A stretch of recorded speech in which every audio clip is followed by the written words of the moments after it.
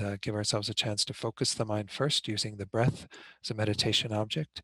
Just work with the breath in whatever way is suitable for your own mind. And then we will come in and lead you in setting your motivation of bodhicitta for the class. So I'll ring the bell to begin the meditation period.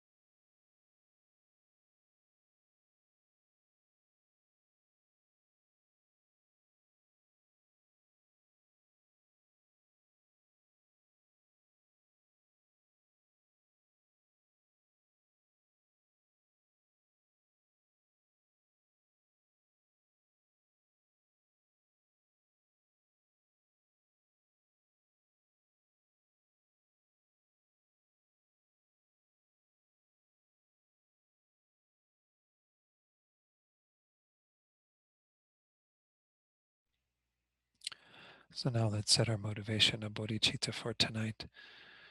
And as we go through this course and we see all that's involved in these paths and grounds that lead to Buddhahood, there might be times when we feel a bit discouraged because we see that there's just so much involved in traversing this path. Not only do we have to cultivate the wisdom of emptiness that will allow us to remove all these obscurations bit by bit, but we need to accumulate so much merit, have the method side of the path complete as well. But I think it's important when we set our motivation of bodhicitta, that we recognize that we're doing exactly what all the Buddhas that exist now did earlier on in their lives, when they were training in all of their knowledge about the paths and grounds, about all the Mahayana teachings, developing bodhicitta in a very contrived way. And then they went on to eventually develop it more spontaneously, to enter the path, to accomplish all of the realizations that led to enlightenment. But they were just like us at some point. There's no difference between where we are at and where these beings who are enlightened now were at some point in their past. So it's good for us to be reminded of the fact that we can do this. Without a doubt, we can accomplish enlightenment. And no doubt many of the Buddhas who exist now had thoughts of some defeatism, not really thinking they could make it through the path. And so we know that they too have experienced a similar thing, perhaps at times. So we have to not let that get in the way, to determine that we are going to do whatever we can, moment by moment, class by class, meditation by meditation, course by course, whatever it is that we are doing to practice the Dharma. We're just going to keep doing it. But we're going to do it with that overriding motivation of bodhicitta, with the aspiration to achieve complete enlightenment, because we're motivated to want to help others, to be a source, to guide them on their path, to help them to not get discouraged, to help them to see that this can become reality for them as well. So generate the motivation of bodhicitta within that self-confident stance, thinking that without a doubt we can accomplish enlightenment. Therefore, we're going to engage in this class tonight with that motivation, determining that we're going to be of greatest benefit to others through working on ourselves, developing ourselves completely.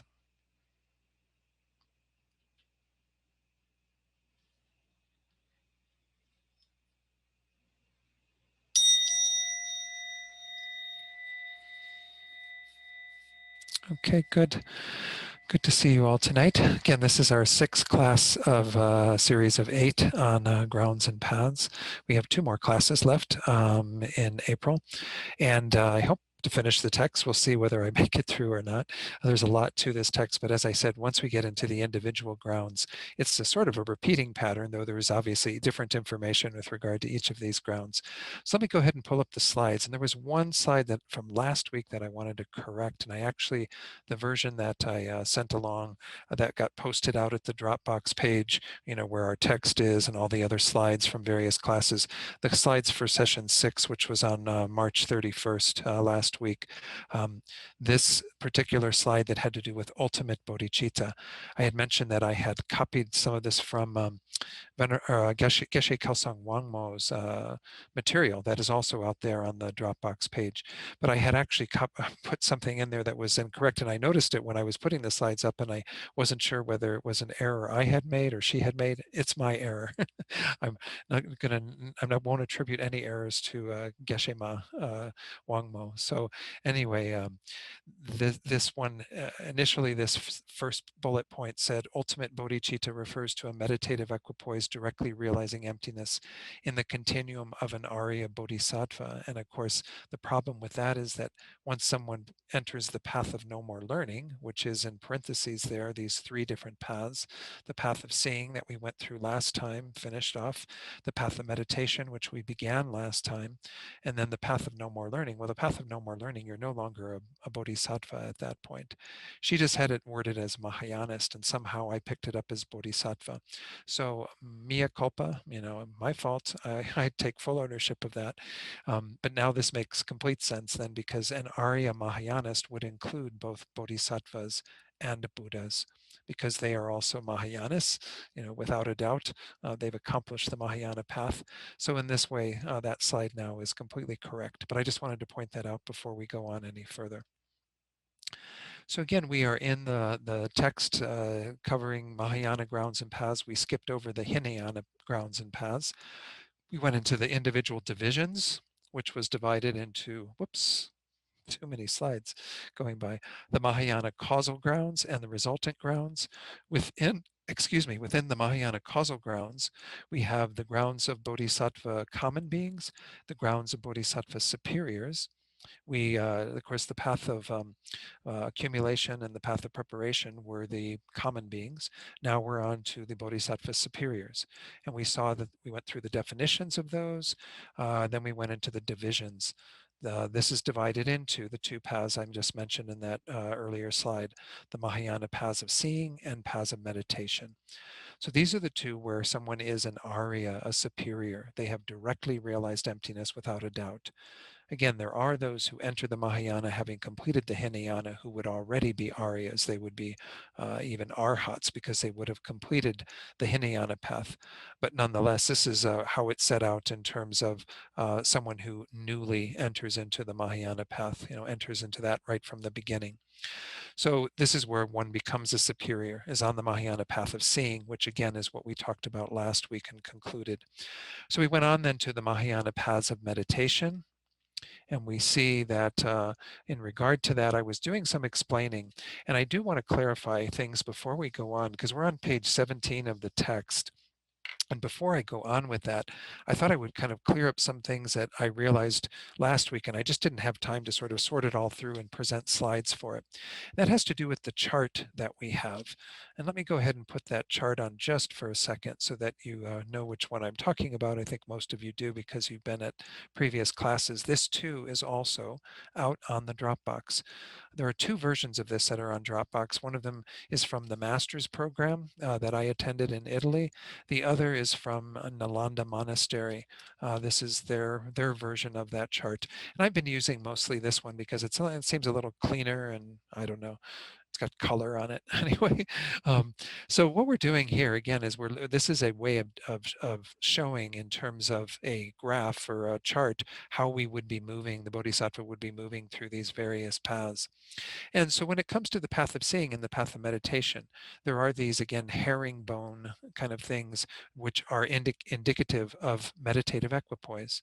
And again, meditative equipoise consists of an uninterrupted path, which is the first one to the left, and then the one to the right will be the liberated path or path of release. The uninterrupted path acts as the direct antidote to a particular level of obscurations. And then as soon as that has come into play, that the force of that realization of emptiness that's combating that level of the obscurations or obstructions, then you have a path of release, which is where they will never occur again. There's a true cessation that has occurred at that time. So again, the analogy that's used here is the uninterrupted path is like taking the thief and throwing them out of your house. And then the liberated path is when you've shut the door so that the thief can't return. So anyway, the problem is that as I looked at the description in our text, I was realizing that there was a disconnect between the way that our path shows these meditative equipoise happenings and even the number of them in terms of what occurs, particularly on the path of meditation, but even at the tail end of the path of seeing when you go into the first ground and so on. So it is kind of or leave the first ground, kind of conclude the first ground, go to the second ground. Anyway, let me go to the slides that I prepared, and I'm going to go through that. And you might have that chart in front of you if that works for you to be able to look at the chart while whoops, I just hit on the chart again. I didn't change it to the other thing, to the slides. There we go. Okay. So first of all are some comments from Geshe Thupten Chonyi. He's the abbot of Kopan Monastery and also the teacher at Amitabha Buddhist Center in Singapore. And so he has taught on the Prasangika paths and grounds. And essentially he said, I think they were using the same chart that we have here in front of us, or at least, some version of it. And he says the chart is made in accordance with the assertions of a particular monastic college. We follow the system of Sarah J Monastery. Sarah Monastery was one of the big three monasteries that formed at the time of Tsongkhapa and afterwards. But anyway, he says different masters hold different views on the subject because it is not clear and specific in the root text. It's not really set out in some of these sutras, like the Sutra of the Ten Grounds, or even in Tsongkhapa's text, what have you, as to exactly what is going on in regard to these individual grounds and the progress through them. So then he says, the root text only mentions that the intellectually acquired afflictions are abandoned, beginning on the first ground. Of course, they are the ones that occur on the actually, I shouldn't have put beginning in there. They are abandoned on the first ground, without a doubt. They are completely removed on the first ground and technically on the path of seeing.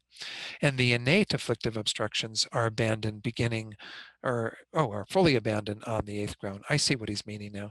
I should change that. Anyway, I'll get rid of, just slash through the beginning part of that. When I first read this earlier today, I thought it needed that in parentheses, but actually it doesn't. So again, the intellectually acquired afflictions are abandoned on the first ground and the path of seeing. The innate afflictive obstructions are fully abandoned on the eighth ground. When the Bodhisattva is on the eighth ground, there are no longer any innate afflictive obstructions. Then he goes on to say there's no mention of the number of uninterrupted paths and paths of release between the grounds. Nonetheless, our text actually does delineate them, but he says it's also not explicitly mentioned in Lama Tsongkhapa's text. So why I'm going through this little explanation is that as we go through our text, which I want to adhere to as much as we can, we're going to see a disconnect between what's on the chart and what's in our text. So let me explain what that disconnect is all about. Per the charts from Nalanda as well as the master's program, each ground from the first ground through the 10th ends with an uninterrupted path that acts as an antidote to the portion of the afflictive or knowledge obstructions to be removed to allow the bodhisattva's progress to the next ground. Consequently, each ground from the second through the Buddha ground, the path of no more learning, begins with a liberated path in which the cessation of that portion of obstructions has occurred. So let me explain what I mean in terms of the chart, just to make sure we're all in agreement with what I'm trying to get across here. So again, the first ground starts with an uninterrupted path because that's where the path of seeing begins.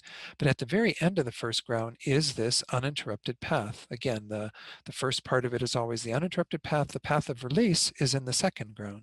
So every ground from the second all the way through the Buddha ground starts with a path of release, whereas every ground from the first through the 10th ends with an uninterrupted path.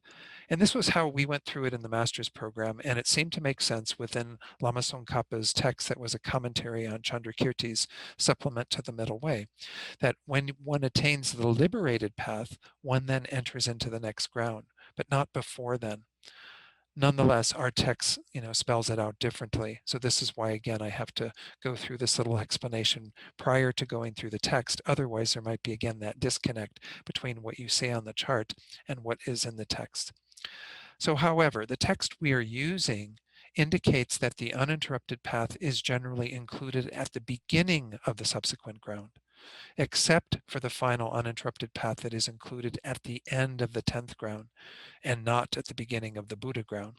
So essentially, the uninterrupted paths, according to our text, starts the next ground. So if we once more go back to the chart, I don't have a corrected version of the chart, but I can show you kind of what we mean then. Right here, and I think you can see my little cursor arrow that's going around there. Whoops, it just highlighted a bunch of stuff. Anyway, when you get to the end of the first ground here, this little uninterrupted path is included on the first ground according to our chart. This would actually be included in the second ground. The second ground would begin, according to our text, with an uninterrupted path. The path of release follows, and then there's subsequent attainment, this white area where it says ethics.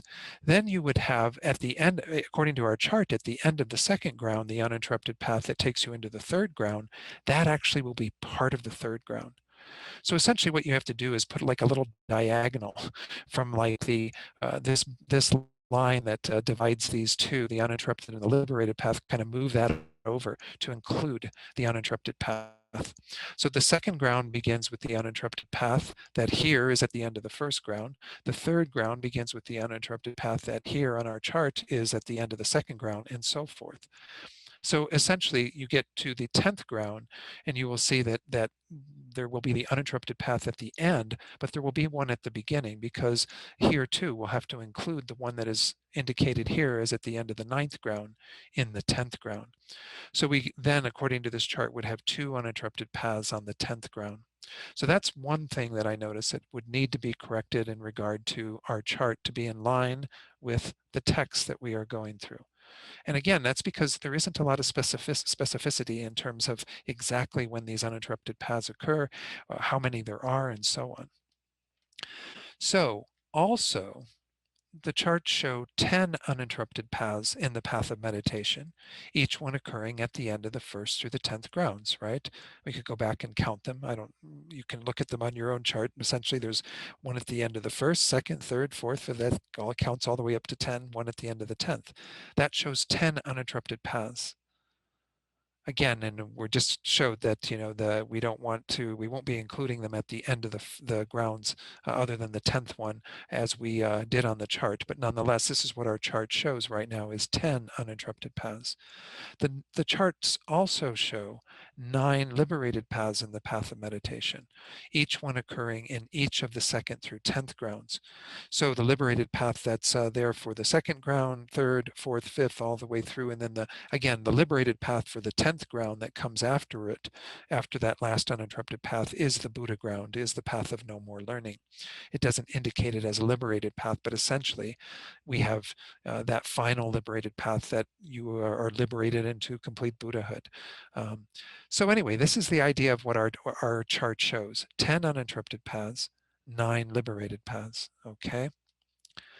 However, from our text, which we're going to go through shortly, as soon as we finish this little explanation, there are 11 uninterrupted paths.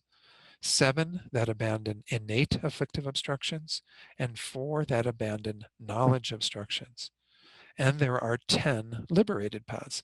So instead of 10 and 9, respectively, we have 11 and 10, respectively, in regard to the uninterrupted paths and the liberated paths.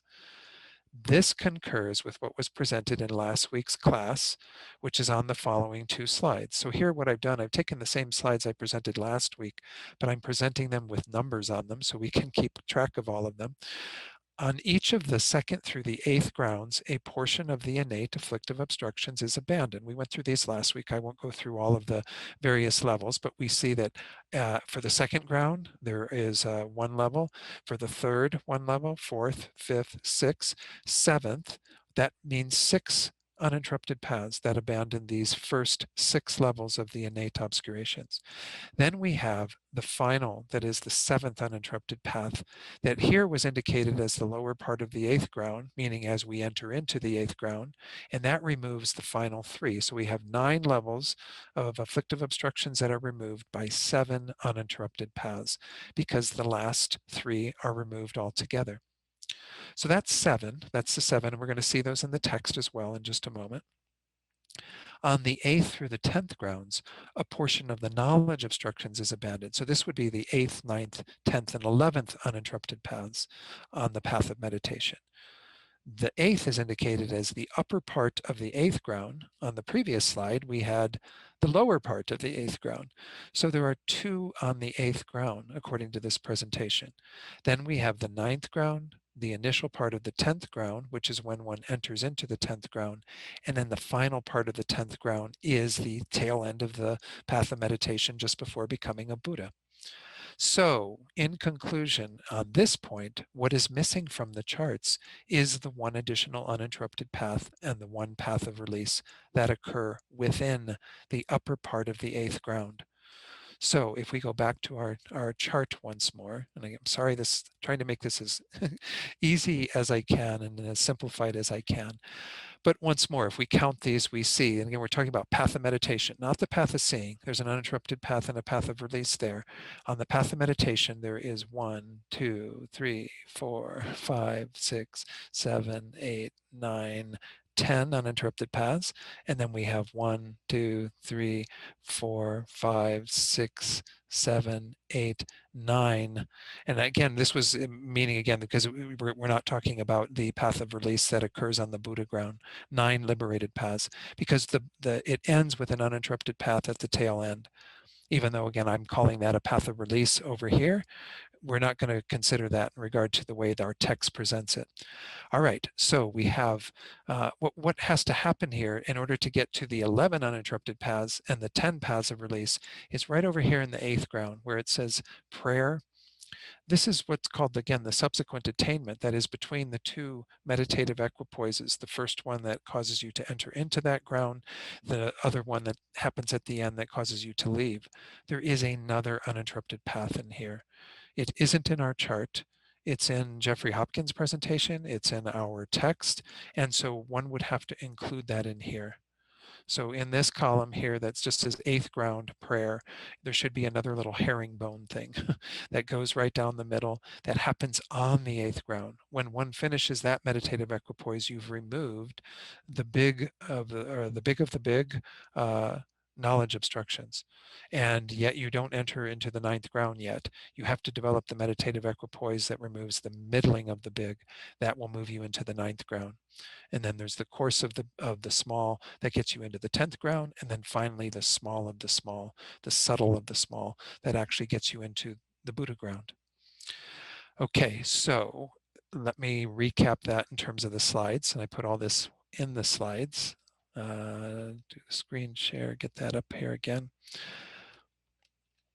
So for the charts to concur with our text then, first, the uninterrupted paths that are on the first through the ninth grounds should be moved to the beginning of the second through the 10th grounds, kind of respectively. So where it's at the end of the first should again be at the beginning of the second. Okay, so that's the first thing I pointed out. Secondly, the only other addition to the charts then would be the inclusion of a meditative equipoise within the eighth ground, because there are two on the eighth ground. There's the one that occurs as you enter in, according to our text, and then there's the one that occurs within it before you get to the end of the eighth ground and develop the one that takes you into the ninth ground. Okay, I hope that's clear. It will perhaps become clearer as we go through our text. If you are in any way using the notes from Geshe Kelsang Wangmo that I alluded to earlier, and those also are out at the Dropbox, know that she generally follows what I just said, except that she also includes, and I don't know whose presentation this is or where that comes from, another meditative equipoise that's on the first ground that's entirely within the path of meditation. And that one removes kind of a portion of the big innate afflictive obstructions, and it gets very confusing.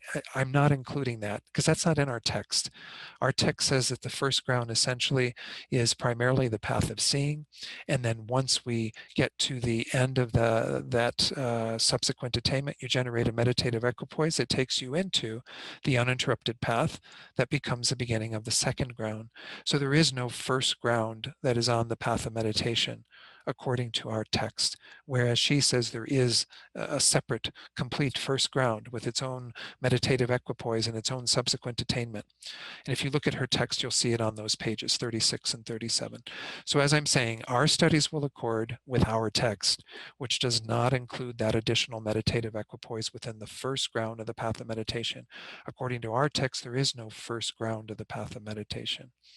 There's only the first ground that occurs with the path of seeing. When one develops a meditative equipoise at the end, it begins the second ground and the path of meditation. So again, it's a little different from our chart, but this is what we're going to be doing. All right. So in line with that, let's go to the text and go through that. Well, let me see if there are any questions on that. Was it clearly enough presented? Those of you who've been coming and were here for last week in particular. Does that make some sense? Again, it's just my concern was that if you had the chart in front of you and the things that we're going through, that it's not going to be lining up. And so I want to make sure if I stick to the text that is in front of us and explain it from that vantage point, then that will need to, we'll have to modify the chart in order to do that. I wish I had the skill to be able to modify the chart. It's in a PDF file, and of course, you'd have to be able to manipulate it all within Word, and it's way beyond my Word skills. So I'm sorry that I can't do that. But so let's go to the text.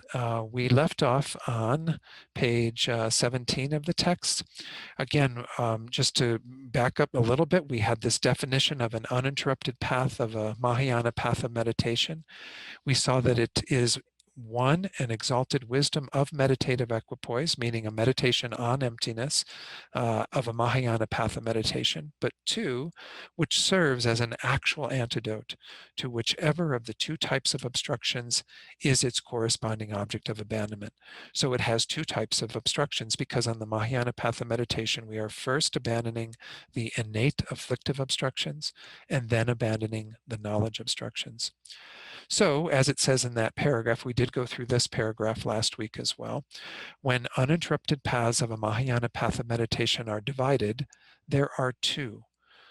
Uninterrupted paths of Mahayana paths of meditation, which actually abandon the innate afflictive obstructions, and uninterrupted paths of Mahayana paths of meditation, which actually abandon the obstructions with regard to objects of knowledge, or what we call, again, the knowledge obstructions.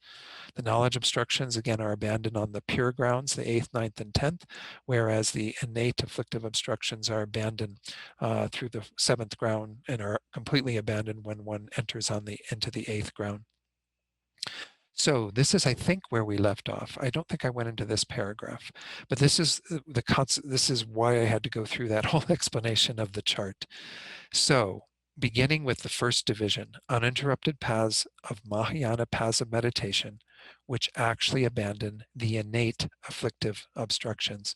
Again, these are ignorance and the seeds of ignorance. These are what the Hinayanas abandon on their path as well. They have to be abandoned first for the Bodhisattva to go on to abandon the subtler obstructions, which are the knowledge obstructions. So right here it says uninterrupted paths. So when uninterrupted paths are divided in regard to those that abandon the innate afflictive obstructions, there are 7. Why? Because 1, there are the 6 cycles of innate conceptions of true existence from the big of the big to the small of the middling. They are actually abandoned respectively by the 6 uninterrupted paths of meditation from the 2nd ground to the 7th. So it's the 2nd, 3rd, 4th, 5th, 6th, 7th. 6 uninterrupted paths that completely abandon up through the middling. So at this point, you've abandoned the 3 levels of the big, middling, and small of the big, and you've abandoned the big, middling, and small of the middling. So you have abandoned 6 levels of the afflictive obstructions, and you are then on the 7th ground. You have entered into the 7th ground with an uninterrupted path that acted as the antidote to those.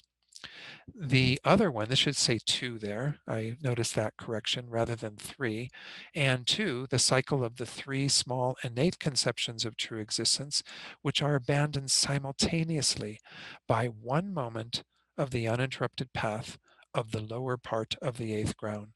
So this is, again, as one enters into the 8th ground. And according to our text, you're entering into the 8th ground with an uninterrupted path. That uninterrupted path is unbelievably strong. It is able to remove all 3, the big, middling, and small of the small innate conceptions of true existence or afflictive obstructions. They're abandoned simultaneously on that path. So I'm going to come back to this and show you kind of the explanation of why that can happen. Oops, I didn't need to do that. I could have kept it up here because it's the chart. I want to just go to the chart. Okay, so on the chart then, again, what is happening here is in terms of abandoning the innate, that is from here, this line that it right now shows it underneath the 1st ground. According to our revision, it's going to be underneath the 2nd ground, all the way up through the 7th ground. And of course, the last uninterrupted path here is going to be at the beginning of the 8th ground. That's where the innate afflictive obstructions are all completely abandoned. We abandon the ones related to the big of the big, middling of the big, and small of the big on these first, 2nd through 4th grounds, because again, the uninterrupted path now is moving over to begin each of these grounds. Those are removed by the time you get to the 4th ground. Then you generate the antidote to the big of the middling of the middling, the small of the middling. They are completely abandoned when you enter the 7th ground.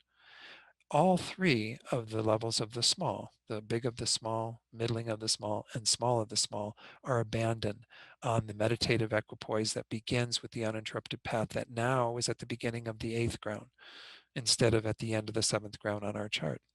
So this is why there are 7. There are 7 uninterrupted paths that act as the antidotes to the innate afflictive obstructions. Whoops, I didn't need to do that again. I keep doing that, not remembering that I just have to toggle back and forth to the text. So how is it that when one enters the eighth ground, one can actually abandon 3 levels of these afflictive obstructions, whereas before one only could abandon 1, big of the big, middling of the big, and so on?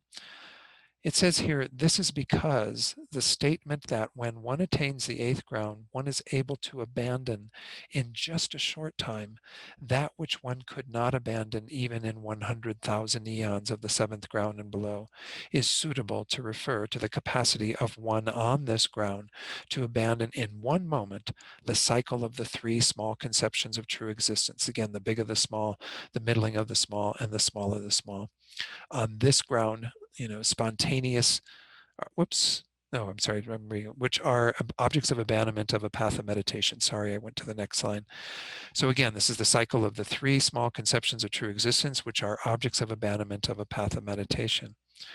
So if we, again, I don't want to toggle back and forth to the slides again, but if you were to go back to those slides, that was that whole first slide that showed how the innate afflictive obstructions are abandoned over 7 uninterrupted paths that begin with the second ground and end with the eighth ground, and the eighth ground having this incredible power to abandon all 3 levels. So let me do this up, push this up a little bit. Otherwise, we're going to end up in kind of down at the bottom of the screen. So we're about the 4th line from the bottom of this paragraph that's at the top here.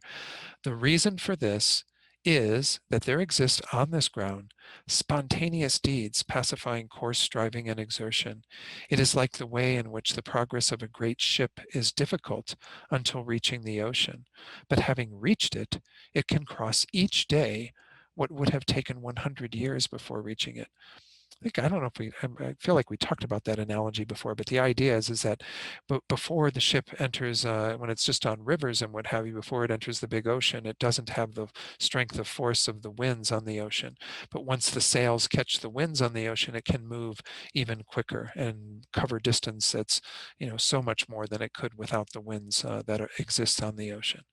So the Sutra on the 10 grounds gives us the analogy of this. O children of the conqueror, it is like this, for example, until it reaches the great ocean, a great ship which goes on the great ocean must be forcibly moved and made to go. As soon as it reaches the great ocean, however, it is carried by billows of wind. It goes without needing to be moved forcibly. It traverses effortlessly that which one could not traverse even in 100 years by means of the previous forcible moving and going. O children of the conqueror, similarly, one who has thoroughly accumulated the collection of roots of virtue of a bodhisattva and achieves well the Mahayana, having reached the ocean of the deeds of bodhisattvas, by means of a spontaneous exalted wisdom, obtains in one brief period a measure of all-knowing exalted wisdom that he could not have obtained even in 100,000 eons of those previous forcible deeds. So again, when we look at what's happening in terms of the collection of merit that's going on here, recall that the first great countless eon up here at the top, that was accumulated when one was an ordinary bodhisattva on the grounds of the common being, of a path of accumulation and path of preparation. The second great countless eon of merit is accumulated from when one enters the first ground till one concludes with the entry into the eighth ground. So the power that the bodhisattva has, having amassed 2 great countless eons worth of merit, is what makes the mind of that bodhisattva so powerful and capable of removing completely all 3 levels of the small afflictive obstructions, innate afflictive obstructions, to be clear. Okay, so that's essentially what our text was saying, is that that's what's going on and what allows the bodhisattva to do that. Both of our textbooks on the general meaning and decisive analysis of Chandrakirti's supplement to Nagarjuna's treatise on the middle way say just that one uninterrupted path of one who has not gone previously on a fundamental vehicle path and has just attained the eighth ground actually abandons all 3 cycles of the small innate conceptions of true existence and induces the liberated path, which is directly released from those conceptions. Subsequently, the obstructions to omniscience are abandoned. That's what happens on the 8th, 9th, and 10th grounds. For this uninterrupted path has a greater capacity actually to abandon the object of abandonment than the uninterrupted paths of the lower grounds. It's like you're supercharged at that point because the Bodhisattva's mind has completely abandoned all of the afflictions and moreover has developed all this incredible merit that is accompanying it. Remember that merit cannot be divorced from the accumulation of wisdom. These two have to be done in tandem. Okay, so it says then, for example, it is like the statement that in the mantra vehicle, one moment of the objective clear light, or sometimes called the actual clear light, which is the 4th stage of the 5 stages of highest yoga tantra, actually abandons both the artificial and innate conception of true existence. Again, I didn't want this course to be about the tantric grounds and paths, and we even were told by our author it wasn't going to be about that, but occasionally he throws in these examples. In the tantric path, when you get to the 4th stage of the 5 stages, which is, again, the actual clear light, that acts as an antidote to both the artificial, or what we're calling intellectually acquired, and the innate conceptions of true existence, or afflictive obstructions. So the tantric path is an even more powerful path, and you can do incredible things with the tantric path way beyond what sutra does. But just know that the paths and grounds are set out to some degree with regard to the tantric path, but it's a much more condensed way of working with things. Okay, so therefore, Bodhisattva superiors who have not previously gone on a fundamental vehicle path, they haven't completed the Hinayana, in other words, they haven't removed all those innate afflictive obstructions previous to entering the Mahayana, simultaneously with achieving the liberated path of the lower part of the 8th ground, manifest a nirvana, which is a complete abandonment of the afflictive obstructions, and become foe destroyers. I mean, that is on our chart that there's technically foe destroyers. We don't really call them foe destroyers because it's not the name we would give them. We'd simply call them, an Arya Bodhisattva on the 8th ground or on the pure grounds. So they become a foe destroyer, though, who are free from desire with respect to the 3 realms. They have no afflictions in their continuum at all. They have removed all the seeds of the afflictions, everything that is an afflictive obstruction. They become foe destroyers no, I already read that. Okay, this is because simultaneously with that attainment of the liberated path of the lower half of the 8th ground, they have abandoned the root of cyclic existence, the 2 conceptions of self, self of persons and self of phenomena other than persons, as well as their seeds. So they have attained the equivalent in terms of the wisdom of a hearer or solitary realizer foe destroyer. But of course, they're so much more powerful than that because they have the accumulation of merit over 2 great countless eons. Of course, in bodhicitta and all the things that they have in their minds that hearers and solitary realizers who are foe destroyers don't have. So then our text says, in that way, the Sutra on the 10 grounds says, here, just at this time, the Bodhisattva passes thoroughly beyond sorrow. Chandrakirti's supplement to Nagarjuna's treatise on the middle way, the Madhyamakavatara, says, because an awareness which is without desire does not abide together with faults on the 8th ground, those defilements are thoroughly pacified along with their root. The afflictions are extinguished and one is unsurpassed in the 3 realms. However, one is unable to attain all the fortunes of Buddhas, limitless like the sky, because you're not there yet. I mean, it's not saying that you are unable to attain it at some point, but you're unable to attain, for the moment, all the fortunes of Buddhas. You don't yet have a mind that is comparable to the Buddhas because you haven't gone on to remove the knowledge obstructions. So then Chandrakirti's auto-commentary, self-commentary on his supplement to the middle way. Here, on the 8th ground, there occurs just freedom from desire with respect to the 3 realms, because without separating from desire, achieving nirvana does not occur. As I mentioned earlier, the bodhisattva first has to separate from all the afflictive obstructions. They can't immediately go after the knowledge obstructions, though that is their main obstruction to becoming a Buddha, to having an omniscient mind. But they have to first abandon the afflictive obstructions. And it says, in that way, all the afflictions are extinguished, and one becomes unsurpassed in the three levels, that is, in the three realms. Because we could say, the bodhisattvas who are on the pure grounds are unsurpassed in that they go beyond even the foe destroyers that are those who have accomplished the Hinayana, the fundamental vehicle.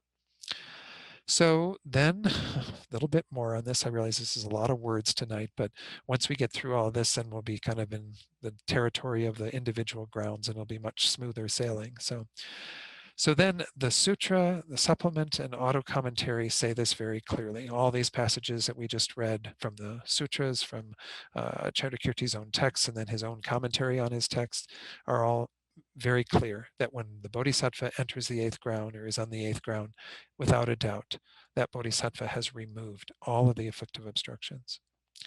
However, it must be asserted that bodhisattvas on the pure grounds who have had prior realization of a fundamental vehicle foe destroyer are still considered non-learners, it says here, meaning they haven't achieved the path of no more learning. Why? Having previously brought to completion all the activities of a learner with respect to fundamental vehicle paths, they have become non-learners in regard to that path. However, they are not non-learners of any of the three vehicles. Why? Because they are not non-learners of the Mahayana vehicle. You have to achieve the path of no more learning of the Mahayana vehicle to be considered a non-learner, or someone who has the path of no more learning. They have it with regard to their own fundamental vehicle, but they don't have it with regard to the Mahayana.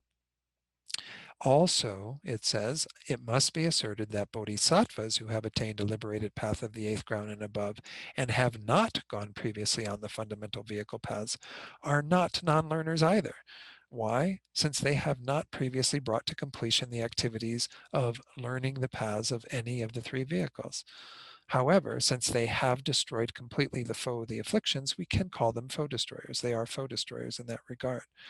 But we wouldn't call them a non-learner, because even though those who completed the fundamental vehicle are non-learners with regard to that path, they are on the Mahayana path and they have not completed the Mahayana path. Therefore, they are still learners. They are not non-learners. Okay.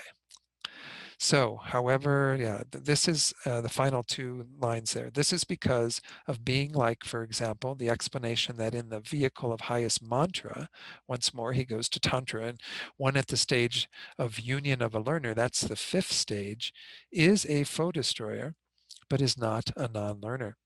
So at the fourth stage, when one has actual clear light, one can generate the antidote to both the acquired, intellectually acquired, and the innate afflictive obstructions, and essentially attain foe destroyer. So when one enters into that fifth path, which is called the learner's union, or union of a learner, and it's a union of the illusory body that is still impure at this point, as well as the clear light mind, and it's a very high level of accomplishment for a bodhisattva who is practicing the tantric path. But nonetheless, they are not yet on the path of no more learning, because that will not occur until they get to a non-learner's union and attain Buddhahood, comparable to finishing the Mahayana path in this sutra presentation by attaining the path of no more learning. Okay, so it's a lot of words. Where are we at?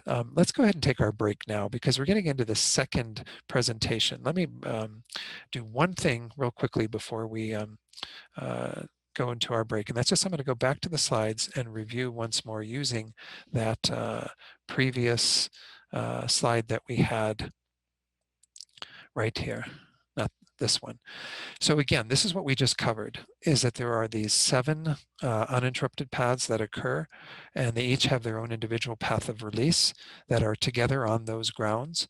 And on the 8th ground, on the lower part, meaning the entryway to the 8th ground, one has the uninterrupted path and the subsequent path of release or liberated path that abandons, as it says there, the last 3 levels. Numbers 7, 8, and 9, the big, small, middling, small, and small, small innate afflictive obstructions. And so when the bodhisattva comes out of that meditative equipoise, they know that they have completely abandoned all the afflictions, without a doubt. They have attained comparable to the state of foe destroyer, because they have removed everything that those on the fundamental vehicle path remove as part of their attainment of nirvana or liberation. Okay. So let's take a little break. So take about 10 minutes, let's say at 8 minutes after the hour, we'll reconvene. And again, I will ring the bell and let people know that they can gather. Okay. All right, I'll see you all shortly.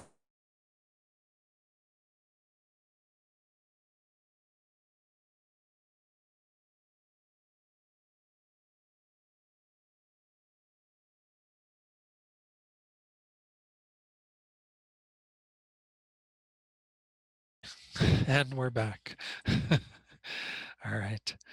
So let me check in and see if there are any questions on what I've covered so far tonight. That again is all about how the innate afflictive obstructions are abandoned through the first 7 grounds. So any questions? Is it kind of clear?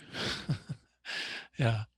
Maybe something you might have to review, again on your own, or listen to the class again, or look at the slides again. I do have all the PDFs of the slides that Mary's been kindly posting to the Dropbox, so you can take a look at those in conjunction with things. So, all right. So what we're going to do now is we're going to page 19 of our text at the top, and this is that second part that all has to do with the knowledge obstructions.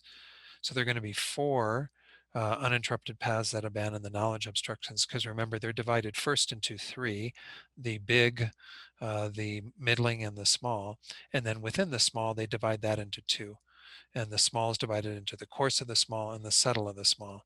So in that way, we have 4 levels of obstructions that have to be abandoned. And remember, again, these knowledge obstructions are these subtler imprints that are on our minds due to the fact that we've had the conception of true existence since beginningless time.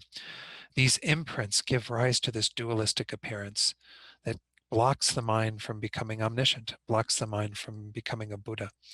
So essentially, this is what we're abandoning on these pure grounds, as they're called. They're called pure because they're free of all of the afflictive obstructions.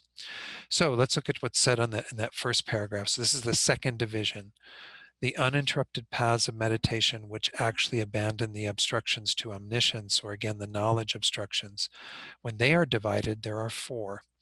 Why? Because first, the 2, the great and the middling, or the big and the middling obstructions to omniscience, are actually abandoned respectively by the 2.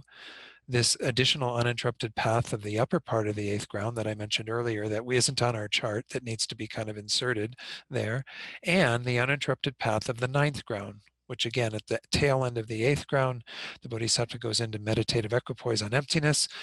They generate the uninterrupted path that there will act as the antidote to the middling obstructions. Excuse me, sorry. The middling obstructions to omniscience, or knowledge obstructions. So essentially, there are those 2 that get rid of the coarsest, the great, or the big level, and the middling level. Then it says 2, the 2 that are the coarse and subtle small obstructions to omniscience, because as I mentioned earlier, the small are divided into 2, the coarser version of them and the subtler version of them. And these are actually abandoned respectively by the 2, the initial uninterrupted path of the 10th ground, which is what occurs when one enters the 10th ground, and then the final one that occurs at the end of the continuum of that sentient being. So what we're talking about here again is this area over here on the pure grounds. Might point out while we're here that this is where the Bodhisattva accumulates the 3rd great countless eon of merit that allows them to progress to Buddhahood. On the 8th ground, again, there was an uninterrupted path that got us into there that was abandoning the last of the of innate afflictive obstructions. There's missing on our chart another herringbone thing with that's a complete meditative equipoise that would occur between these 2 that exist here on the chart. And it would be where we abandon the big of the great of the big, or big of the big. Knowledge obstructions. Then at the tail end of the 8th ground, the Bodhisattva goes into meditative equipoise, generates the antidote in the uninterrupted path to the middling of the knowledge obstructions. Or when I say great to the big, I just meant great. Sorry, I've got too many of these, small of the big of the big, whatever. So, okay, the very first one that we abandon in this part, again, that is missing from our chart would be the big knowledge obstructions. Then we have the middling knowledge obstructions that are abandoned when one enters into the 9th ground. Then we have the coarse of the small, which are abandoned when one enters into the 10th ground. And then we have the small of the small, or the subtle of the small, I think is what our text said, which are abandoned when one generates that final uninterrupted path that gets you over into Buddhahood. I mean, I do find this kind of weird, that our text does this about putting these uninterrupted paths on the subsequent ground, because as is obvious from this, we don't have the uninterrupted path that leads to Buddhahood on the Buddha ground. We actually have it on this side of that. It's while one's still a bodhisattva that final meditative equipoise acts as an antidote. So it's a little strange to me that our text explains it that way, and that's why, again, this chart was based on what Tsongkhapa presented in his commentary on Chandrakirti's text, but he didn't always go down into great detail either. So again, we just have to work with what we have and know that there's going to be that discrepancy until hopefully we can have a corrected version. I've got some offers of assistance to put together a corrected version of this. So we'll see if we can do that for the next class. All right. So these two, again, are abandoned by, as it says, they're the initial and final uninterrupted paths of the 10th ground. Moreover, this way of not beginning to abandon the obstructions to omniscience, the knowledge obstructions, until one has abandoned all the afflictive obstructions, is very correct. Why? Because until one has abandoned completely the conception of true existence, one cannot abandon even slightly the predispositions for mistaken dualistic appearances, which arise through the force of that conception of existence, or the imprints from that. Again, those are what we mean by the knowledge obstructions. For example, without clearing away coarse stains in a cloth, a washer person is unable to remove subtle stains in cloth even a little. So again, this is the idea, is that you have to remove the coarser things first before you can remove the subtler. The afflictive obstructions are coarser than the knowledge obstructions, therefore they have to be removed first. And they won't allow you to remove them until they're completely gone. Then it says, not only that, but with regard to one who possesses the Mahayana lineage initially, abandoning the afflictive obstructions and subsequently abandoning the knowledge obstructions, those to omniscience, there's another special important point. For it has been said by non-erroneous excellent beings to be similar to the way in which in mantra, for example, once more he alludes to an example from the tantric teachings, one abandons exhaustively the afflictive obstructions by means of the actual clear light of the fourth stage. I don't know why it's got some sort of typo in there. The actual clear light of the fourth stage. And after that, having attained a pure illusory body, begins to abandon the obstructions to omniscience. Again, I have to check on this. I don't think, again, that one has technically a pure illusory body until one gets to the path of no more of non-learners, but the non-learners union. But anyway, the idea is that even in Tantra, it is shown that one has to do this. Initially get rid of the afflictive obstructions through the actual clear light, and then go on to abandon the knowledge obstructions. So again, I don't know too much about, or I know some things about Tantra, obviously, but I'd have to go back and take a look at that. My understanding is that the pure illusory body actually doesn't occur until one has a learner's union, but I may be wrong about that. Anyway, maybe I can check on that later, but yeah, I think I will, because I've got Daniel Kotzort's book on Highest Yoga Tantra here that I looked at earlier, but I didn't check that one point. So I'll talk about that next week. All right. That concludes the first division of meditative equipoise, which was, again, the uninterrupted paths, which was divided into the two, the one that acted as an antidote to the afflictive obstructions, the innate ones, and the one that acted as an antidote to the knowledge obstructions. Now we're going to have the second part of the meditative equipoise, the liberated path of a Mahayana path of meditation. It's defined as an exalted wisdom of meditative equipoise of a Mahayana path of meditation. That's the general thing that it would fit into that makes it a meditative equipoise of the Mahayana path of meditation. But two, it is directly released from either of the two obstructions, which are the corresponding object of abandonment of the uninterrupted path that induces it. So again, what this is saying is that with regard to every one of these herringbone things, again, starting here, that this would be the beginning of the second ground all the way through here, you essentially have a liberated path that follows, and it is directly induced by the uninterrupted path that preceded it, that abandoned, created the antidote to that particular level of obstruction that you're now free from on the liberated path. Again, that example of throwing the thief out and then closing the door, so that those will never recur again.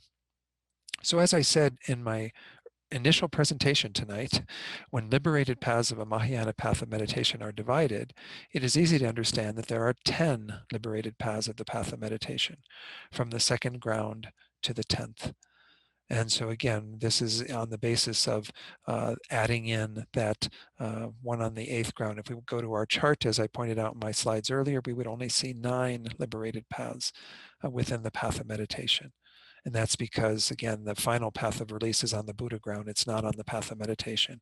So when I can do that right now. Again, when we look at these, we see on the path of meditation, there is 1, 2, 3, 4, 5, 6, 7, 8, 9. So to get to 10, we have to include this one that is missing from the chart. And that would give us another uninterrupted path and another liberated path. All right. So let's go on then to the next paragraph. Whoops, sorry, didn't mean to do that. Just wanted to scroll up a little bit. An exalted wisdom of meditative equipoise of a Mahayana path of meditation, which is neither an uninterrupted path nor a liberated path. This is the third category of meditative equipoise, is, for instance, an exalted wisdom of meditative equipoise in the continuum of a Bodhisattva superior who is just about to attain the third ground or any of the other subsequent grounds. This is because it is said that in all cases, beginning from passing from the end of the Mahayana Supreme Mundane Qualities path of preparation to the first ground and continuing up through passing from the uninterrupted path at the end of the continuum as a sentient being, that is, as a non-Buddha, just prior to attaining Buddhahood, to the first moment of an omniscient consciousness, it is necessary to make the movement from meditative equipoise to meditative equipoise. So what is that saying? In brief, what that's saying is that when you get to the tail end of any of these, like say you're at the end of the first ground, you're still on the path of seeing, you generate a meditative equipoise, and you are going into a meditation where you're directly realizing emptiness, it starts off without being that direct antidote. It will become an antidote to the big of the big innate afflictive obstructions, which will induce your entry into that uninterrupted path, and that will act as that antidote, and then you will have the liberated path that follows. And you will then follow into your subsequent attainment. You'll be on the second ground. But essentially, this is how it happens. I mean, you don't immediately go into a meditative equipoise on emptiness and it's the uninterrupted path.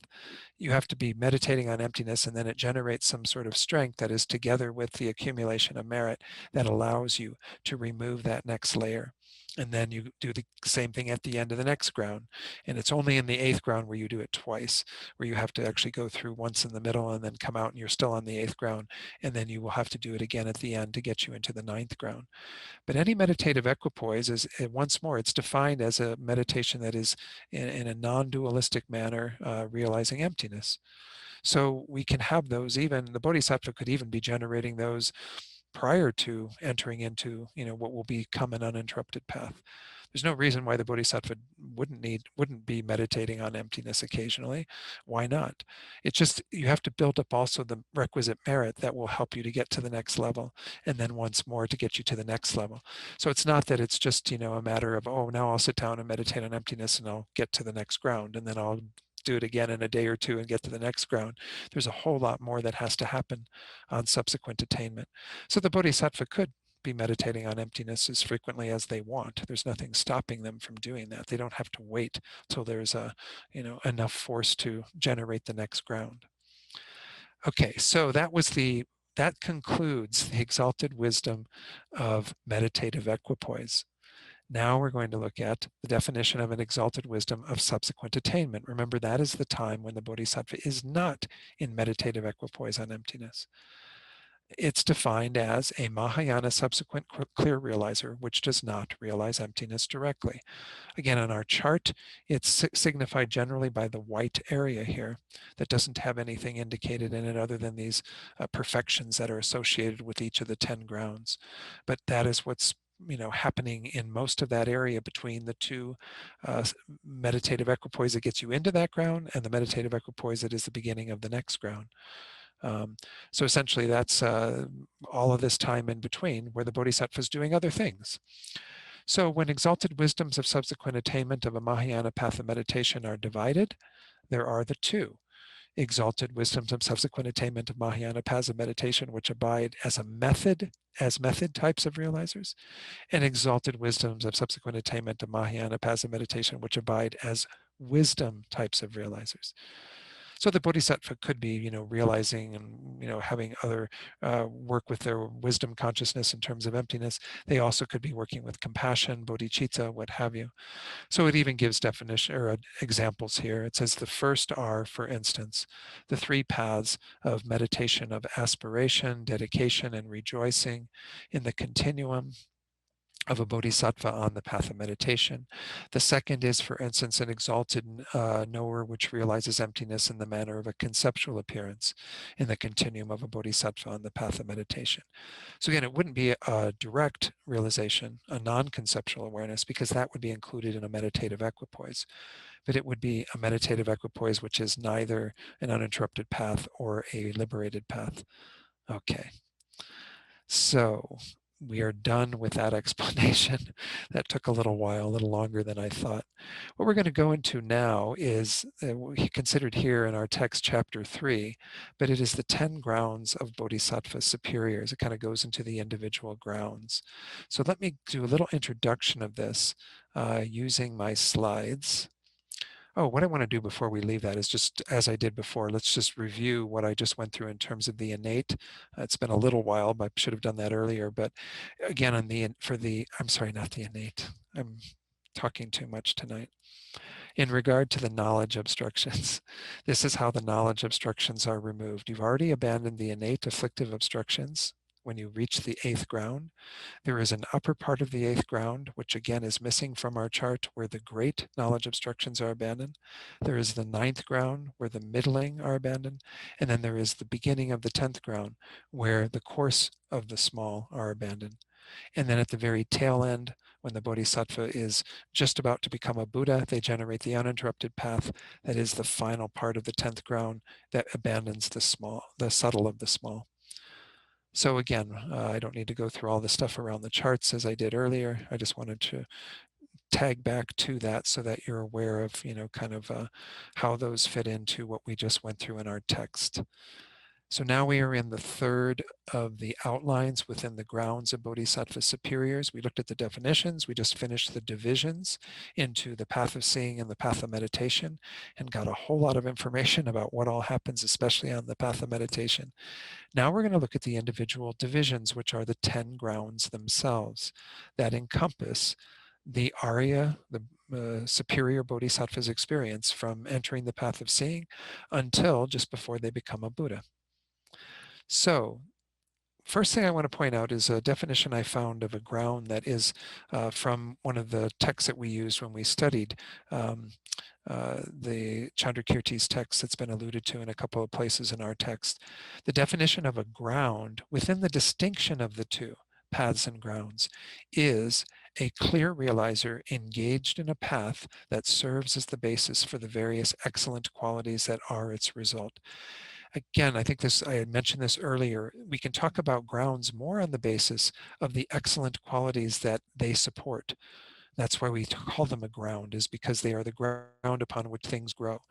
And so although the wisdom component is definitely a part of this, because that's how we move from ground to ground, the ground itself is described generally in terms of the features of that ground, the aspects of that ground that are embodied in the qualities that the Bodhisattva has at that level.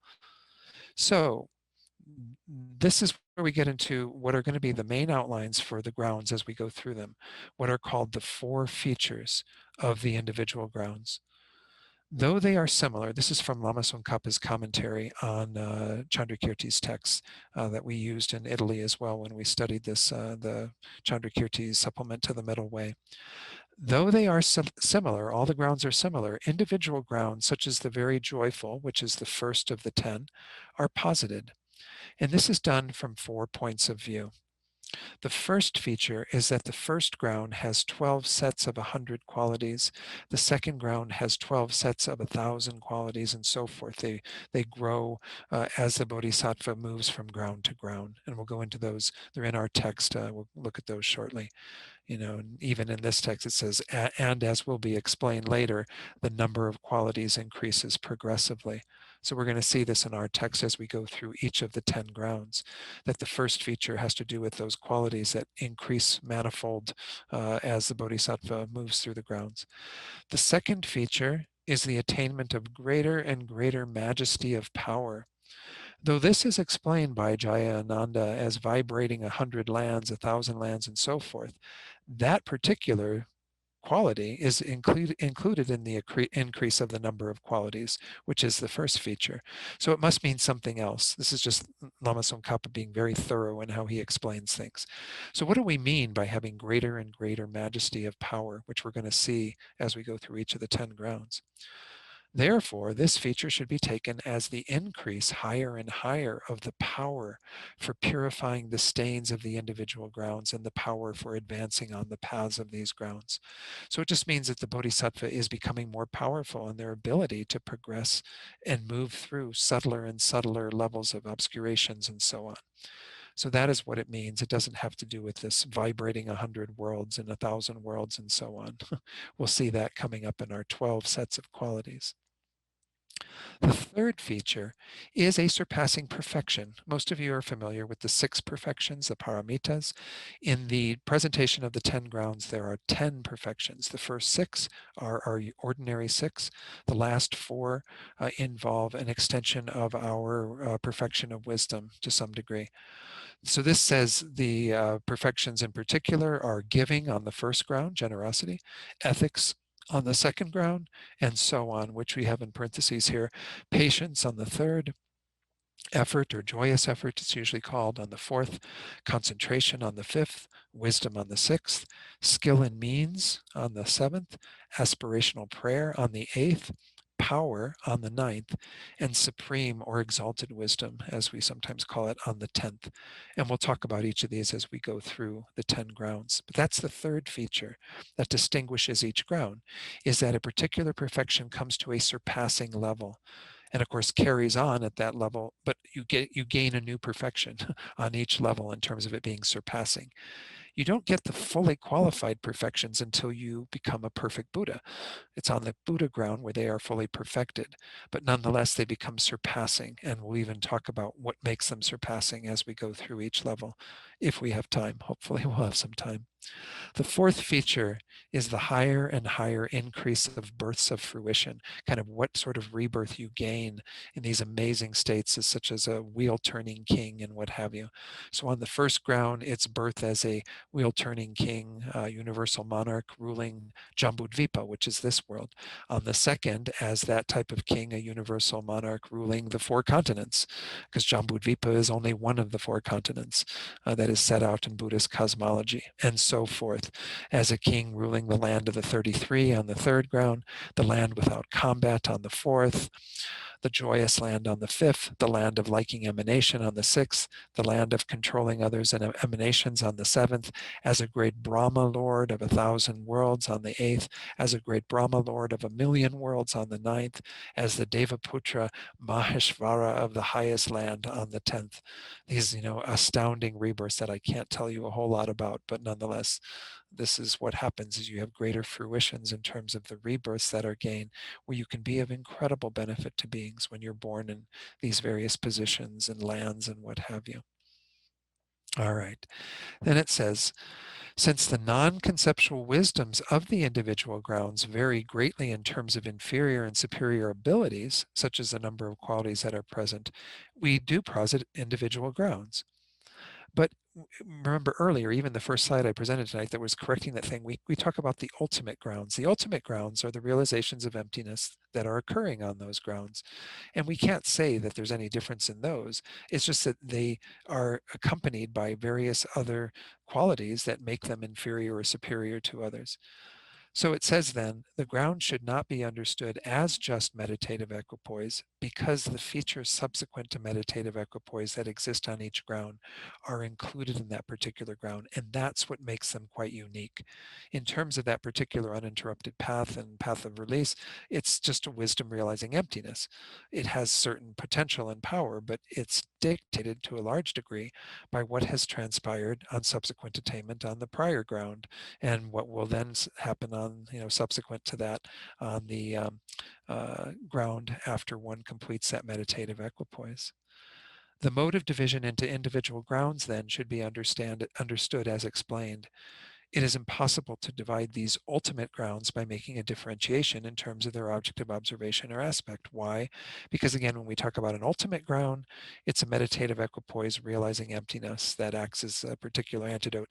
There's no differentiation in terms of what it's observing or the way in which it's observing it, because they're all similar. They're all meditative equipoises on emptiness where one is realizing it in a non-dualistic manner and so on. Okay. That's all I want to share on that. Let's see, 8:34, good. Let's get into the text and actually start talking about each of these individual grounds. So you're going to see those four things being the outline for each of these.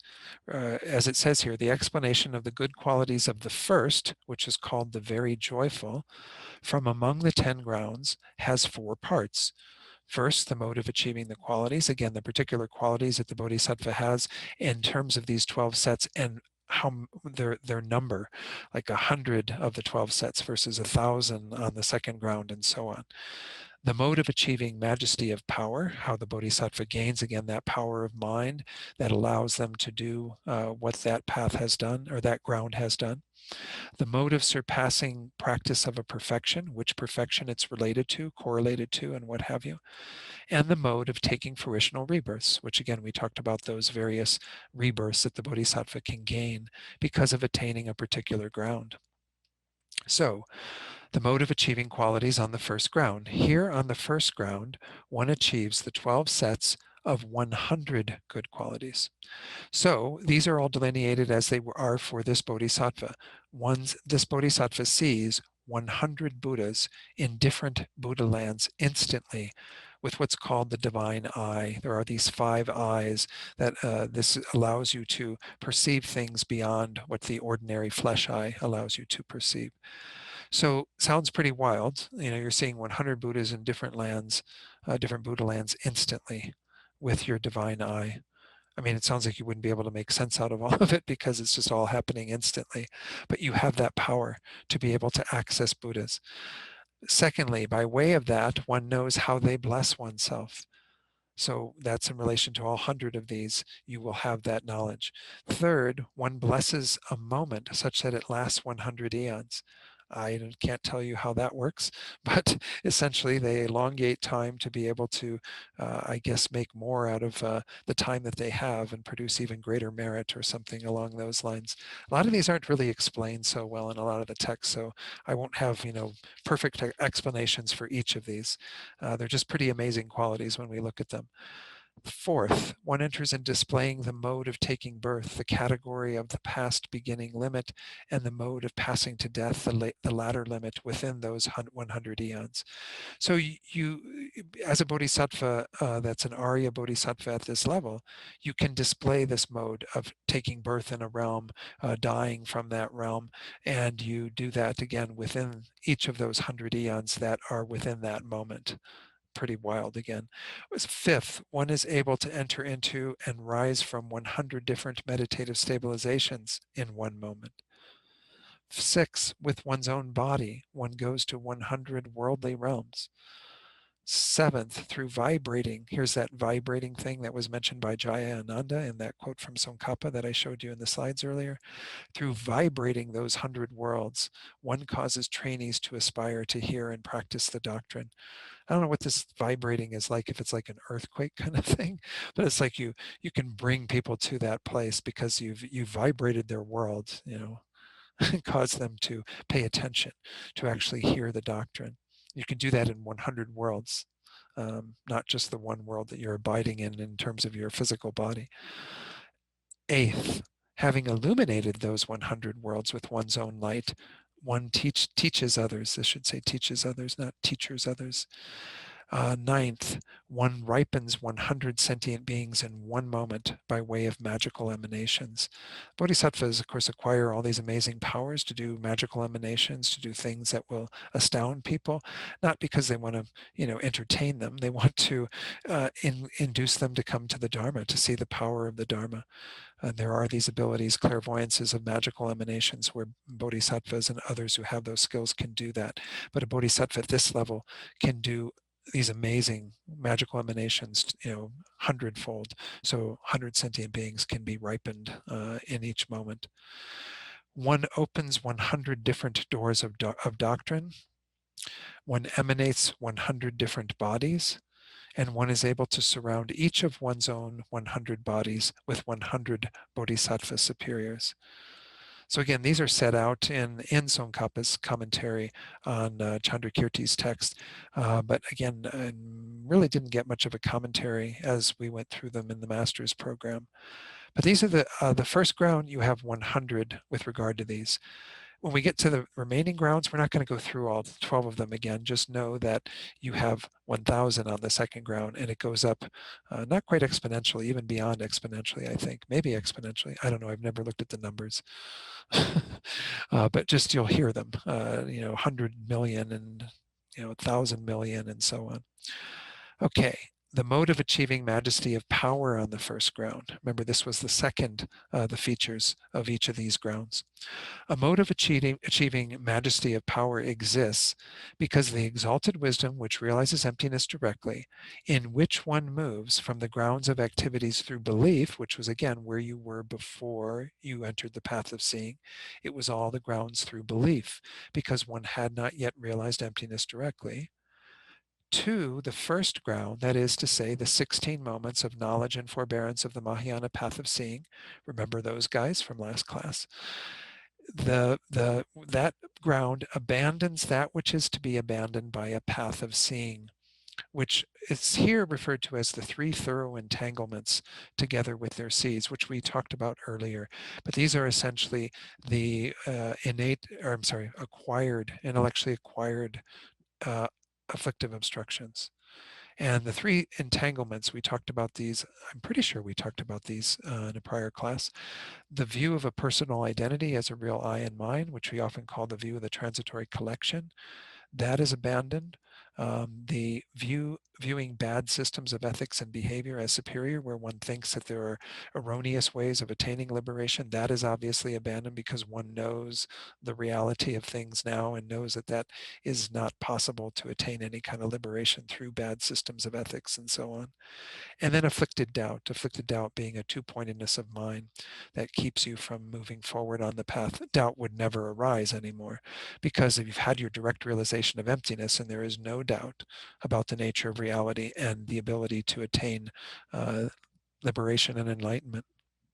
Okay, so then it says, on the occasion of the wisdoms subsequent to meditative equipoise, which are induced by that uninterrupted path of a Mahayana path of seeing, one accumulates. So you go on in that subsequent attainment to accumulate vast collections of merit for the sake of abandoning the great of the great afflictive obstructions. Again, we call them the big of the big.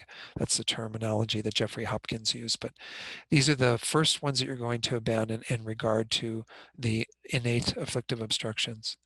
And these are with regard to the three realms. Again, I didn't go into the additional detail of how they're correlated to the desire realm, the form realm, the formless realm. It's just too much information. But know that, again, this first level, you're building up the ability through your engaging in meritorious practices to be able to generate the antidote to that level of afflictive obstructions, innate afflictive obstructions.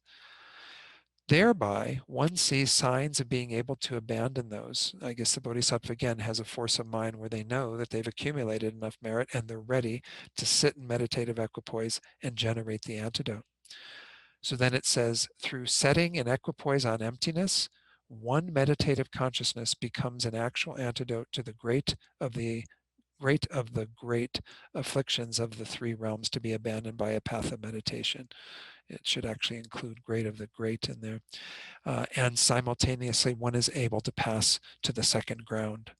So again, what it's indicating here is that on the first ground, the Bodhisattva, after having that initial uninterrupted path that gets you into the path of seeing, has this subsequent attainment. They're building up their merit here and engaging in all the various practices that enable them to go into that meditative equipoise that, again, according to our visualized revised chart, this will be the beginning of the second ground, the uninterrupted path that is generated in meditative equipoise that acts as the antidote to the great of the great innate afflictive obstructions. This is going to get challenging the further we go on this. All right, now the third one. This is the third feature. The mode of surpassing practice of a perfection on the first ground. On this ground, since one has been born into the lineage of the king of doctrine, the Tathagata, one outshines hearers and solitary realizers by way of lineage. You haven't yet, outshone them in terms of perhaps their realizations, if they're foe destroyers in particular, but you do outshine them by way of your lineage because you are imbued with bodhicitta that has incredible power, and moreover, are accumulating merit that goes so far beyond what a hearer or solitary realizer would have done. So that's due to your Mahayana lineage and due to having overcome exhaustively the chance to generate manifest miserliness, whether awake or in dreams. When one gives gifts of one's own body, resources, and roots of virtue, one gives them without observing the inherent existence of the three spheres: the act of giving, the recipient of one's giving, or the object that one is giving, and the given. Well, that actually would be the object.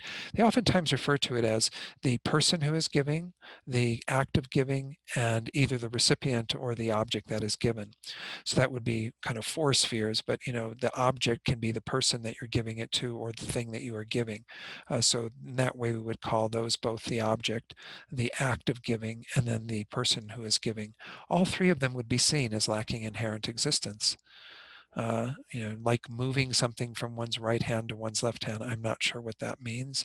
And I don't think the footnote really gives us that much more of a clue. So the idea here, though, is that when one is on the first ground, your giving is perfected to the point that you give away your body as if you were giving away nothing. They often use the example of like giving vegetables. You have no attachment to the body whatsoever, because you're not clinging to this strong sense of self, because although you haven't removed all of the ignorance conceiving of inherent existence and the seeds of that, you no longer have any conviction or belief in that, because you have had your direct realization of emptiness that initially convinces you of that truth. That's the first seeing of the truth. Remember, that was the definition of the path of seeing, the initial realization of the truth, or clear realizer of truth. Okay, so that's the third feature. Generosity is the perfection that is perfected to some degree. Again, it's a surpassing practice of it on the first ground.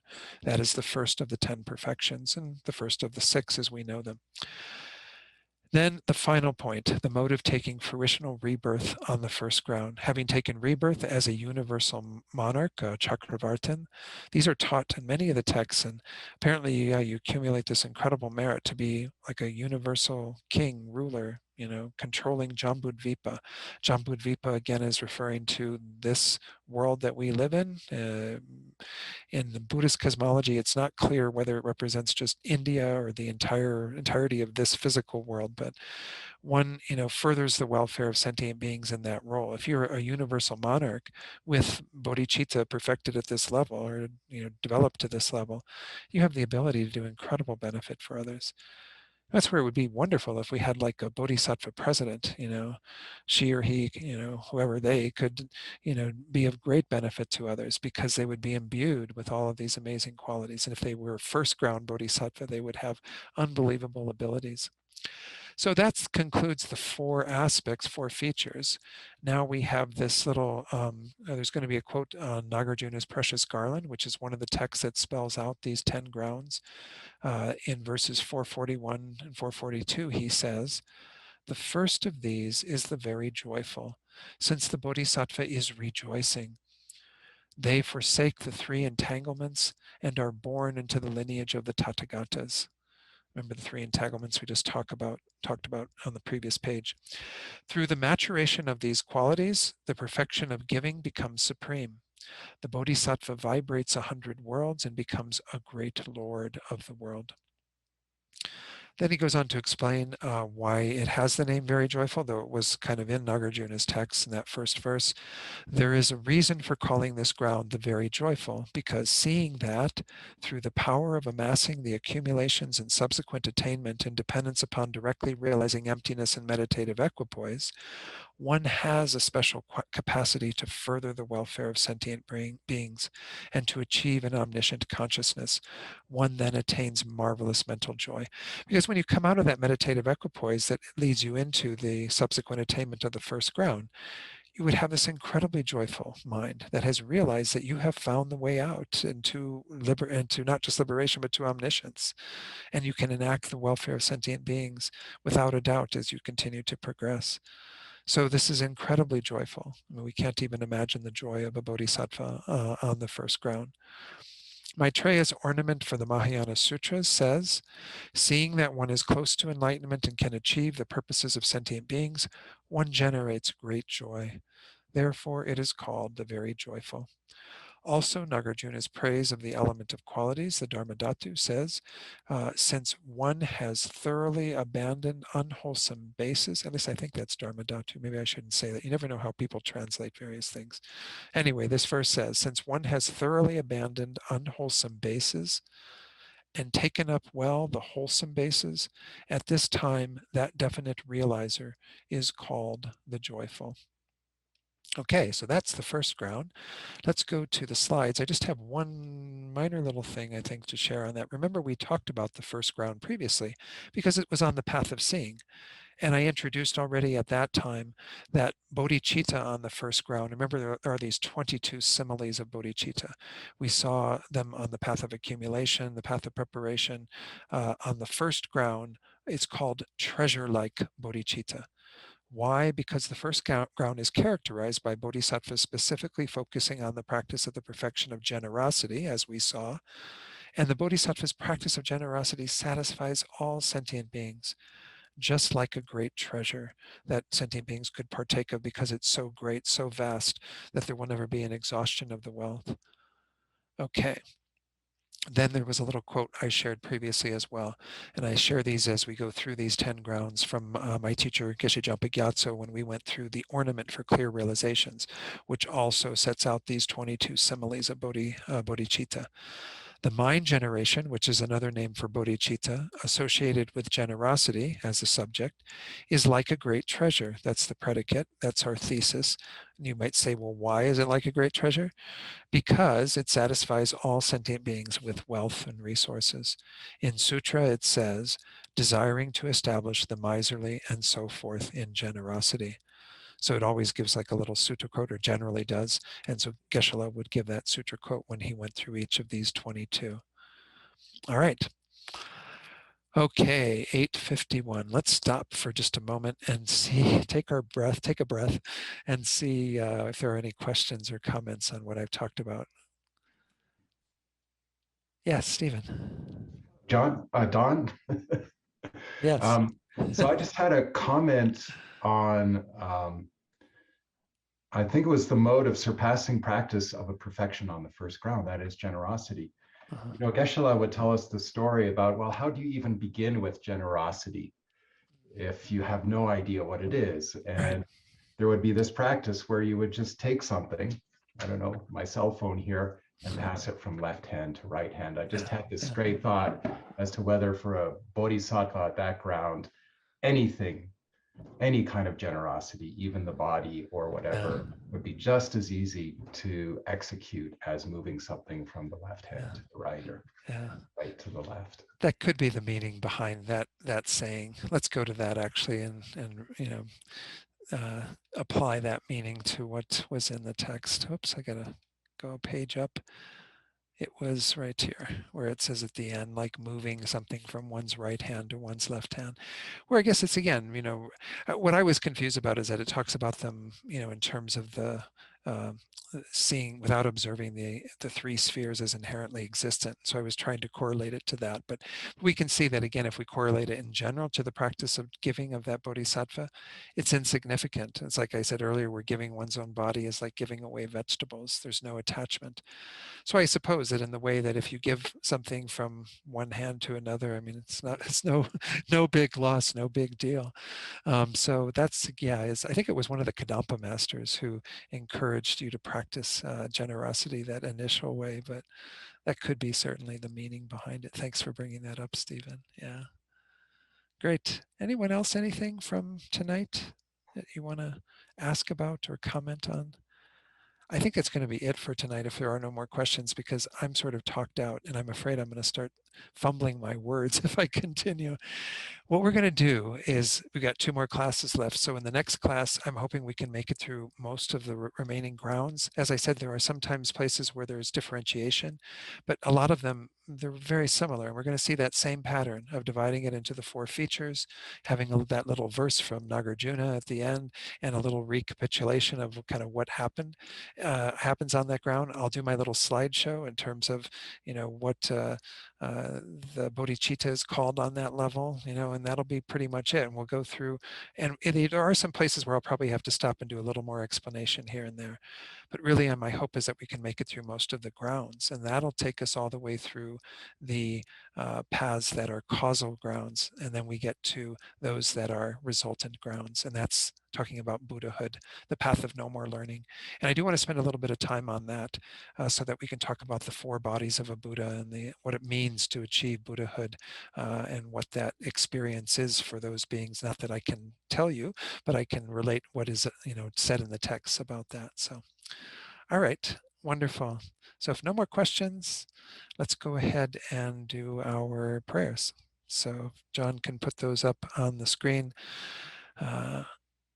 We'll do the initial prayers that are dedicating all this positive potential for the benefit of all beings, kind of linking up with our bodhicitta motivation that we had at the beginning of tonight. So let's recite this verse first. Due to the merits of these virtuous actions, may I quickly attain the state of a Guru Buddha and lead all living beings without exception into that enlightened state. And the next prayer helps us to solidify our aspiration of bodhicitta by making this strong prayer that it develop very deeply in our own hearts and never decline. But also, we wish for the same for all beings. What an amazing world this would be, as I was talking about earlier, if we had rulers who had bodhicitta, or who were highly realized bodhisattvas. But if everyone on this planet had bodhicitta, my gosh, it would be a totally different place. So make this strong prayer that it be cultivated in the hearts of all beings. May the supreme jewel bodhicitta that has not arisen arise and grow, and may that which has arisen not diminish, but increase more and more. Then we do the prayers for our precious teachers. We see that we need these guides in this world, not just for our own benefit, but for the benefit of all beings. So as we recite these three prayers for His Holiness Lama Zopa and Tenzin Osalhita and Lama Yeshe's reincarnation, think that we're extending our aspiration out to include all those who are spiritual guides in whatever tradition. If they are helping others to find paths that lead to greater happiness and well-being, then we will make strong prayers for their good health and long lives as well, so that we and others will always have perfect guides in our lives. The wish-granting, wish-fulfilling jewel, source of every single benefit and happiness in this world, to the incomparably kind Tenzin Gyatso I beseech, may all your holy wishes be spontaneously fulfilled. Then for Rinpoche, you who uphold the subduer's moral way, who serve as the bountiful bearer of all, sustaining, preserving, and spreading Manjunath's victorious doctrine, who masterfully accomplish magnificent prayers honoring the three jewels, Savior of myself and others, your disciples, please, please live long. And then lastly, Lama Yeshe's reincarnation. Venerable One, to you whose kindness exceeds that of all the conquerors for those wanderers in far-off places, especially the West, mindful of your loving concern for us in intentionally descending again into a family of a far distant land, we make this request. O Lama, please, please live long. Thank you, John, for the prayers. Let's do our final dedications by dedicating for all those beings whose situation moves us right now, whoever we're holding in our hearts, beings who are experiencing difficulties, obstacles, those who are ill, those who are dying, or those who we know who have died recently. And send this positive energy out to them. Give it away freely, every bit of it, so they can benefit, so they can be free from their suffering and can find all the causes that will lead to true peace and happiness. And may all beings find complete happiness through what we've done here tonight in this class. Terrific. Thank you all so much, everyone. Be well.